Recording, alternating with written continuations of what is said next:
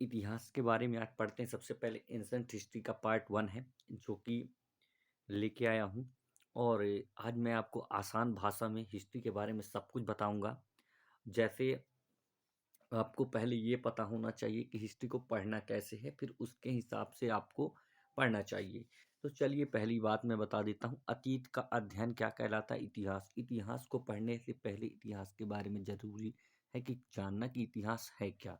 तो इतिहास क्या होता है, अतीत का अध्ययन। जैसे आप पुरानी बातों में कभी कभी आप क्या बोल देते हैं कि यार मैंने उस साल ये काम किया था, या फिर उस साल ये काम बहुत बड़ा हुआ था। तो ऐसी ही चीज़ों को इतिहास में वो चीज़ें रखी जाती हैं जो बहुत ही इम्पोर्टेंट हो, या फिर उसका कोई ना कोई औचित्य रहा हो। जैसे अशोक के बारे में, अशोक को देखिए कि एक ऐसे युद्ध से उसने प्रारंभ किया था, ऐसी युद्धों से उसने प्रारंभ किया था, और देखिए एक ऐसे धर्म का प्रचारक बना जो कि विश्व भर में फैला। ठीक है, तो ऐसी चीजें इतिहास कहलाती हैं। इतिहास के जनक किसे कहा जाता है, तो हेरोडोटस को कहा जाता है। सीधा क्वेश्चन पूछेगा इतिहास के जनक किसे कहा जाता है, तो यह हेरोडोटस को कहा जाता है। ठीक है, इतिहास, इतिहास को पढ़ने से पहले मैं आपको बता दूं इतिहास के कुछ पार्ट्स हैं। जैसे कि ये पार्ट्स क्या है, तो ये पार्ट्स ये हैं कि इतिहास, ठीक है, इतिहास, इतिहास, प्रागैतिहासिक काल, आद्य ऐतिहासिक काल और ऐतिहासिक काल। ठीक है, 3 पार्ट्स में डिवाइड है। फिर आप लोगों को ये नहीं समझ में आता है कि पढ़ें कैसे। ये पूरा पाषाण काल क्या है, मध्य पाषाण क्या है, नव पाषाण क्या है और ताम्र पाषाण क्या है। फिर आपको ये नहीं समझ में आता है कि सिंधु सभ्यता, कांस्य सभ्यता और ऐतिहासिक काल ये हम लोग पढ़ते गए हैं। जो हम लोग पढ़ते हैं वास्तविकता में प्राचीन काल, मध्यकाल, आधुनिक काल, नेहरू काल, विश्वकाल, ये सारी चीज़ें हम लोग किसमें पढ़ते हैं, ऐतिहासिक काल में। जो हमने सिंधु सभ्यता और हड़प्पा सभ्यता पढ़ा, वह हमारा सिंधु सभ्यता, हड़प्पा सभ्यता, कांस्य सभ्यता, ये सारी सभ्यताएं आद्य ऐतिहासिक काल में आती हैं। आपको कभी कभी विकल्प में दिखता है प्राक-ऐतिहासिक काल, आद्य ऐतिहासिक काल, ऐतिहासिक काल, तो इसकी समझ ये है। फिर इसके बाद आपको प्राग ऐतिहासिक काल जो होता है वह पूरा पाषाण, मध्य पाषाण और नव पाषाण और ताम्र पाषाण काल। तो सबसे पहले हम आज पढ़ेंगे प्राक ऐतिहासिक काल। प्राक ऐतिहासिक काल का वह काल है जिसमें मानव ने पढ़ना लिखना नहीं जानता था और इसकी कोई लिखित जानकारी नहीं है। ठीक है, इसकी कोई लिखित जानकारी हमारे पास नहीं है। वह क्या आता है, पाषाण काल। केवल पुरातात्विक साक्ष्य ही प्राप्त हुए, इसके अंतर्गत पाषाण काल आता है। पाषाण काल होता क्या था, जो कि पत्थरों पर लिखा गया, सीधे सीधे कहा जाता है पाषाण काल। वह जब मानव के द्वारा औजार एवं हथियार का उपयोग कर कर पाषाण यानी पत्थरों पर लिखा गया काल था, उस टाइम पर पाषाण काल कहा गया। अब पूरा पाषाण काल क्या है, इतिहास का सबसे प्रारंभिक समय एवं मानव को आदि मानव कहा जाता था। मानव उस टाइम पर सिर्फ क्या था, खाना बदोश था। मानव उस टाइम पर क्या था, खाना बदोश था। वह अपना पेट बस भरना जानता था और जानवरों की भांति अपनी जिंदगी जीता था। यह है आपका पूरा पाषाण काल। ठीक है, इस समय मानव की सबसे बड़ी उपलब्धि क्या थी, तो आग की खोज। तो सीधा क्वेश्चन पूछेगा कि ये क्या बोलते हैं, आग की खोज किस काल में हुई थी, तो पूरा पाषाण काल में हुई थी। किस काल में हुई थी, पूरा पाषाण। किस इतिहास में, प्रागैतिहासिक काल में हुई थी। ठीक है, फिर मध्य पाषाण काल, यह पूरा पाषाण काल के बाद का था। इस समय मानव ने हथियार क्या थे, छोटे छोटे थे, और मानव क्या था, अंतिम संस्कार करना जानने लगा था। तो मानव किस काल में अंतिम संस्कार करने जानने लगा था, तो यह काल कौन सा था, अंत्योष्टि काल कार्यक्रम यानी मध्य पाषाण काल। फिर आपके बाद आता है नव पाषाण काल या उत्तर पाषाण काल। तो याद रखिएगा, नव पाषाण काल को ही उत्तर पाषाण काल कहते हैं। ठीक है, इस काल में मानव ने क्या किया था, स्थायी आवास बना लिया, कृषि करने लगा, और मानव इस काल में पहिए बनाने लगा और मनके और घड़े की खोजी। तो सीधा क्वेश्चन पूछेगा, मानव स्थायी आवास किस काल में बनाया, नवपाषाण काल में।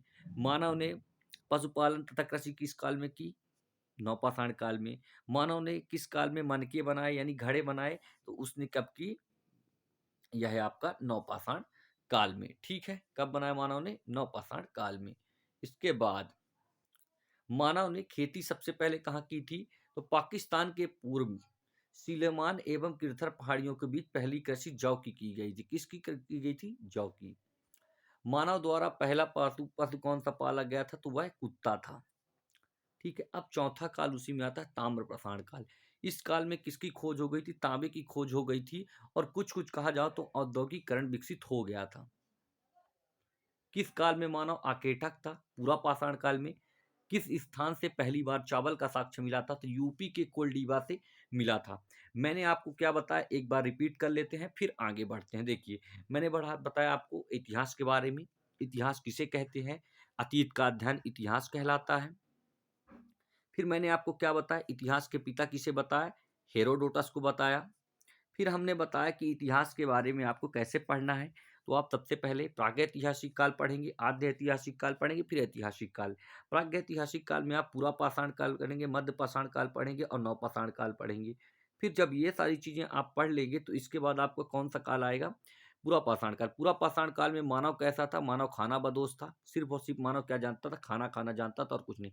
और यहाँ पर आग की खोज हो गई थी। मध्य पाषाण काल क्या था? यहाँ पर मानव कुछ कुछ चीजें जानने लगा था और मानव यहाँ पर अंतोष्टि कार्य करने लगा था। नवपाषाण काल में मानव आवास बनाया, खेती किया, कुत्ता पाला और मन के घड़े बनाने लगा। ताम्र प्रसारण काल में तांबे की खोज कर ली और कुछ कुछ औद्योगिकरण देखने को यहाँ से मिलता है। लेकिन पूर्णतः औद्योगिकरण कहाँ से आपको मिलेगा? तो वह सिंधु सभ्यता से देखने को मिलेगा। ठीक है, चलिए अब आद्य ऐतिहासिक काल में 3 पार्ट पढ़ना है। सबसे पहले सिंधु सभ्यता पढ़ना है, कांस्य सभ्यता पढ़ना है और आपको हड़प्पा सभ्यता पढ़ना है। ठीक है, अब आ जाइए आद्य ऐतिहासिक काल। इस काल में मानव द्वारा लिखी गई लिपि को पढ़ा नहीं जा सका, किंतु लिखित साक्ष्य मिले। इस काल की जानकारी का स्रोत क्या है? पुरातात्विक साक्ष्य है। सिंधु सभ्यता किस नदी के किनारे था? सिंधु नदी के तट पर था। इसने सिंधु सभ्यता कहते हैं। इसकी जानकारी पहली खुदाई हड़प्पा से हुई, इसलिए इसे हड़प्पा सभ्यता कहते हैं। सीधा सा बात है। सिंधु सभ्यता के नदी के तट पर थी, सिंधु नदी के किनारे थी। इसकी जानकारी हमको कहाँ से मिलती है? तो इसकी सबसे पहली खुदाई हड़प्पा से हुई, इसलिए इस सभ्यता को हड़प्पा सभ्यता कहते हैं। सिंधु सभ्यता की जानकारी कहाँ से मिलती है? चार्ल्स मैसन ने दिया था सिंधु सभ्यता की जानकारी और जेम्स कनिंगम ने इसका क्या किया था? संरक्षण किया था। सिंधु सभ्यता का नाम किसने दिया था? तो जॉन मार्शल ने। देखिए 3 क्वेश्चन यहाँ से बनेंगे। जानकारी किसने दी? चार्ल्स मैसन ने दी। सर्वेक्षण किसने किया? कनिंघम ने किया। और इसका खुदाई का कार्यक्रम किसने चालू किया? तो जॉन मार्शल ने किया। सिंधु सभ्यता की पहली खुदाई किसने की थी? दयाराम शाहनी ने। यहाँ से 4 क्वेश्चन बने। जानकारी, सर्वेक्षण, खुदाई और पहली खुदाई। ठीक है, ये आपको पता है। सिंधु सभ्यता कैसा बसा हुआ था? ऐसे बसा हुआ था, ऐसे बसा हुआ था, त्रिभुजाकार। ठीक है, अब सिंधु सभ्यता विश्व की सबसे शहरी सभ्यता थी। क्या थी? विश्व की सबसे पहली शहरी सभ्यता थी। ठीक है, सिंधु सभ्यता का विकास का जो माना जाता है वह 2500 ईसा पूर्व से लेकर 1750 ईसा पूर्व तक माना जाता है। सिंधु सभ्यता कुछ ऐसे बसा हुआ था, कुछ ऐसे। देखिए त्रिभुजाकार में बसा था, ऐसा बसा हुआ था। अब हम आपको बता देते हैं सबसे उत्तर में कौन बसा था। मांडा, जो कि जम्मू कश्मीर का इलाका आता है, यहाँ पर बसा था। चिनाव नदी के किनारे था। सुतका गेंडोर पश्चिम में आता है, जो कि आपका क्या बोलते हैं, आपका गुजरात वाला।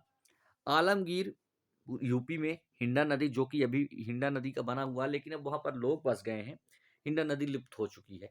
और ये आपका दक्षिण में आता है, महाराष्ट्र के आसपास का क्षेत्र, जिसे हम प्रवरा कहते हैं, दायमा वाद कहते हैं। ये आपको ट्रिक है, याद कर सकते हैं। स्थल समेडी और नदी। ठीक है, इसकी पश्चिमी सीमा पाकिस्तान के सुतका गेंडोर में थी, जो कि दास की नदी के तट पर थी। ठीक है, उत्तर प्रदेश के आलमगीर ये बता चुका हूं मैं, महाराष्ट्र में बता चुका हूं। जिस सिंधु सभ्यता का प्रमुख स्थल, तो आप ये बताना कमेंट में, सिंधु सभ्यता की जानकारी किसने दी? सिंधु सभ्यता का सर्वेक्षण किसने किया था? सिंधु सभ्यता की पहली खुदाई किसने की थी? और सिंधु सभ्यता का खुदाई का आदेश किसने दिया था? ठीक है, हड़प्पा सभ्यता के बारे में पढ़ लेते हैं। तो सबसे पहले अगर हम बात करें हड़प्पा सभ्यता की, सबसे पहले खुदाई किसके हाथ में गई थी? दयाराम शाहनी की। यह रावी नदी के तट पर था और माउंट मोंगोमरी, जो कि आज क्या बोलते हैं आपका, पाकिस्तान में आता है, पहले यह भारत में था। यहाँ से क्या क्या चीजें मिली, ये क्वेश्चन पूछता है।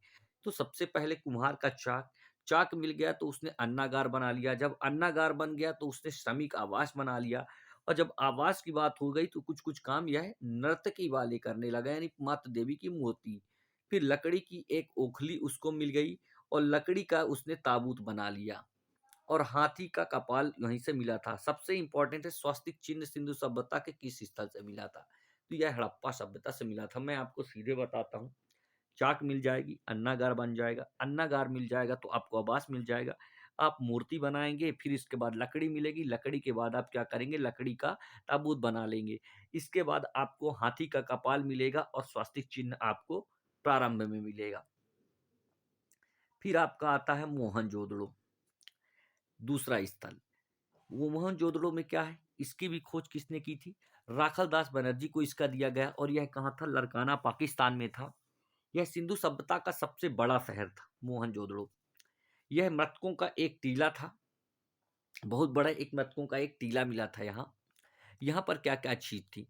तो एक पुरोहित जो थे, वो पूजा कर रहे थे। पूजा के लिए क्या की ज़रूरत होती है? पानी की ज़रूरत होती है। अब पानी के बाद क्या होती है? विशाल स्नानागार की ज़रूरत होती है। जब पूजा किया, कुआँ से पानी निकाला, स्नान किया और अन्न को दान किया। और फिर सूती वस्त्र मैंने पहन लिए और चौड़ी सड़क पर चल दिया। तो वहाँ मुझे क्या मिले? पशुपति शिव मिले, और जब शिव मिले तो शिव के सामने मैं क्या करने लगा? नर्तक करने लगा, नृत्य करने लगा, और नृत्य करते-करते मूर्ति ढेर हो गई, वहीं पर तांबा बन गया। तो मैं इस तरह आपको बता चुका हूँ, और आपको सिर्फ़ 2 मिनट लगेगा इस ट्रिक को। पुरोहित मिल गया, पुरोहित जब मिले तो उनको किसकी ज़रूरत हुई? जल की ज़रूरत हुई, यानी कुआँ से पानी निकाला। फिर विशाल स्नान किया इन्होंने, फिर अन्न को दान किया, सूती वस्त्र लपेटे, चौड़ी सड़क में चलने लगे, शिव जी मिले, नृत्य करने लगे और तांबे का ढेर लग गया। ये है मोहनजोदड़ो से मिले, पूरी तरह से आपको मैंने बता दिया, ये आपको इसमें, ठीक है? अब आपको यहाँ से तीसरा स्थल जो होता है, चनहूदड़ो, यह भी कहाँ था आपका? पाकिस्तान में सिंध नदी के किनारे था। सिंधु नदी के किनारे था, और इसकी जो खुदाई की थी, गोपाल मजूमदार थी। यह एकमात्र शहर था जिसमें दुर्ग नहीं था। यह एकमात्र शहर था दुर्ग रहित था। तो ये क्वेश्चन पूछता है सीधे-सीधे कि दुर्ग रहित सिंधु सभ्यता का ऐसा कौन-सा स्थान है जो दुर्ग रहित था? कौन-सा स्थान था? चनहूदड़ो। अब यहाँ पर दुर्ग रहित रहने का मतलब यहाँ निम्न लोग रहते थे, यानी मेकअप सामग्रियाँ, लिपस्टिक, शीशा, मन का गुड़िया, सुई अलंकृत और बिल्ली का पीछा करता हुआ कुत्ता किस स्थान से देखा गया था? चनहूदड़ो से देखा गया था, क्योंकि चनहूदड़ो में एक जगह एक ऐसी देखी गई थी जहाँ पर पुताई की हुई थी, लेकिन वहाँ पर बिल्ली का पीछा करता हुआ कुत्ता दिखाया गया था। तो ये हो गया, चनहूदड़ो खत्म हो गया। अब आ जाइए आप रोपड़। इसकी खुदाई यज्ञदत्त शर्मा ने 1953 यानी भारत के आज़ाद होने के बाद पंजाब में हुई और सतलज नदी के किनारे हुई। यहाँ मानव के साथ पालतू जानवरों का शव मिला है। मतलब मानव के साथ, उसके साथ पालतू जो उसका जानवर था, उसको साथ में दफनाने का यहाँ पर वर्णन किया गया है। ऐसा ही सब कहाँ मिला था हमको? नवपाषाण काल में जम्मू कश्मीर के बुर्ज होम से। ठीक, बनावली रविंद्र सिंह ने की, हरियाणा में स्थित है, रंगोई नदी के किनारे है, जल निकासी की यहाँ व्यवस्था नहीं थी, घरों में सोख्ता मिला था। तो ऐसा कौन सा स्थल है जो आज के आधुनिक काल में सोख्ता यानी टैंक की व्यवस्था लायक बना था उस समय पर? तो वह कौन था? बनावली था, बनवाली था, जिसको हम कहते हैं। काली बंगान का मतलब होता है काली मिट्टी की चूड़ी। यहीं से हमको जुता हुआ खेत मिलेगा, हल मिल जाएगा और अलंकृत ईंट मिल जाएगी। यह राजस्थान के सरस्वती नदी किनारे था, जो आज हो गई। फिर आपको धौलावीरा, धौलावीरा गुजरात में है। इसकी खुदाई रविंद्र सिंह ने की थी और गुजरात में स्थित है। सिंधु सभ्यता का सबसे बड़ा स्थल जो कि मध्य भारत में है।